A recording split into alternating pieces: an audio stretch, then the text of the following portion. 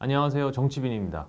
이제 본격적인 선거철입니다. 선거가 이제 50일도 안 남았죠. 뭐 공약도 계속 발표가 되고 있고 이제 공천 결과도 하나하나씩 나오고 있습니다. 뭔가 계속 그 공천에 대한 반박 이런 것들이 있으면서 새로운 좀 장이 열리는 느낌도 드는데요.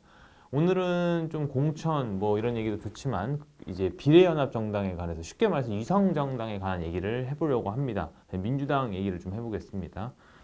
이제 민주당이 선거룰을 예전인 병립형으로 돌아갈 것이라는 얘기가 있었는데 결국에는 현행을 유지했습니다. 준연동 제도를 유지한 건데 이게 좀 내부 인원들 반발도 있었고 그래서 결국에는 현행 유지를 하기로 결정을 했죠. 자, 근데 이제 사실상 이제 위성정당을 꾸리게 되면서 다른 당하고도 연합을 이제 만들어내는 상황이 돼버렸는데요. 아무래도 뭐 위성정당 하나 만들어 놓고 혼자 독식하기에는 그런 이제 준연동형 제도의 그런 취지에도 벗어나고 어쨌든 그 위성정당이 계속 비판에 빠지면 안 되니까 그리고 소수당이 기회를 줘야 되는 것도 있고 이러면서 비례연합형 정당이 만들어졌다고 보시면 됩니다.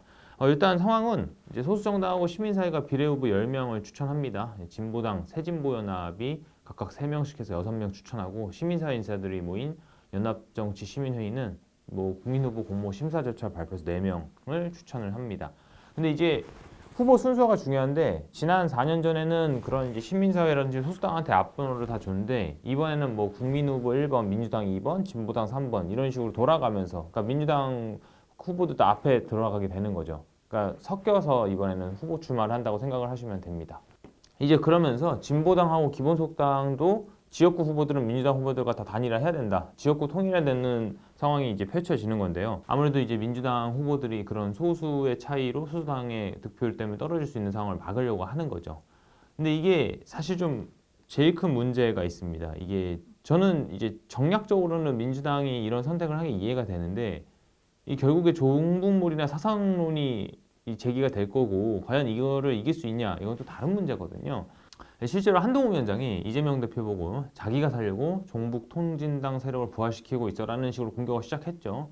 이게 이 배경을 이해를 하시려면 뭐 아시겠지만 진보당은 통진당의 사실상 후신입니다. 그래서 굉장히 좀 파워도 막강하고 조직력도 있는데 어쨌든 그 대한민국 사회에서 레드 컴플렉스가 많이 없어졌다고 하지만 그 사람들이 진보당에 대해서는 거부감이 있기는 하거든요. 과연 이거를 민주당이 극복을 할 수 있을까는 좀 다른 문제인 것 같습니다. 계속 아마 선거 내내 이 얘기를 할 것 같은데 좀 다른 각도로 보면 진보당한테는 엄청 남는 장사다.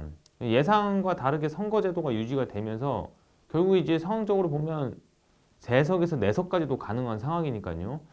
하지만 다시 말씀드리지만 민주당에서 이거를 감당할 수 있냐는 또 다른 문제입니다. 그리고 이게 좀 말씀을 더 드리면 사실 지금 공천이 민주당에서 잡음이 굉장히 많거든요. 그러니까 국민의힘은 컷오프도 소수만 하고 경선을 붙여주는 방식으로 하면서 뭔가 좀 잡음을 줄이는 방식인데 민주당은 약간 좀 러프하게 잘라내는 느낌이 있습니다.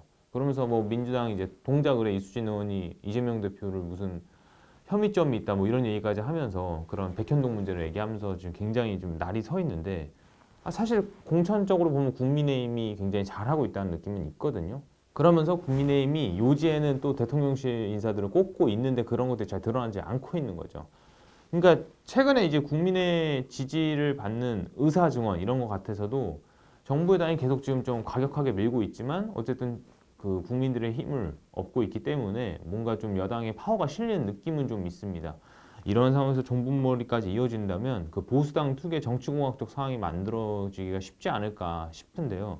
그러면서 좀 다루고 싶은 거는 이제 조국신당도 좀 변수입니다. 저는 이게 민주당과 조국신당 둘 다 윈윈했다고 보고는 있거든요. 어쨌든 민주당이 조국신당을 안을 필요는 없다. 약간 이제 조국신당이 매운맛 민주당 버전으로 예전처럼 그 약간 뭐라고 할까 열린민주당 형식으로 조국신당은 조국신당대로 가면 되는 겁니다. 그러니까 민주당이 조국 리스크를 안을 이유는 없는 거죠. 다른 당이다 우리는 저기랑 상관이 없다 이렇게 선을 그으면 되는 거니까요. 그러니까 제가 이거 관련해서 말하고 싶은 게 선거는 결국 민심의 이제 직격탄인데 조국 장관에 대한 국민들의 생각이 좀 궁금해지긴 하거든요. 정말로 그렇게 조국에 대한 반감이 심할까 이런 것부터 해서 진짜 조국의 팬덤이 있을까가 이번에 드러나는 건데 좀 어쨌든 이것도 좀 관심사로 볼 수 있는 거죠. 오늘은 이제 민주당 중심으로 해서 비례연합정당 그리고 뭐 공천 이런 여러 가지 문제들을 좀 다뤄봤습니다. 뭐 위성정당부터 해서 여러 가지 얘기를 해봤는데요. 이제부터 선거가 본격적으로 시작된다고 보고 있고 여러분도 이런 거를 좀 참고해서 보시면 좋을 것 같습니다. 오늘도 정치민이었습니다. 감사합니다.